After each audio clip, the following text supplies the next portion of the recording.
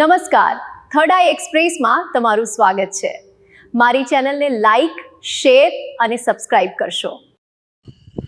તળાજા નજીક ગંભીર અકસ્માત સર્જાયો, એકનું ઘટના સ્થળે જ મોત।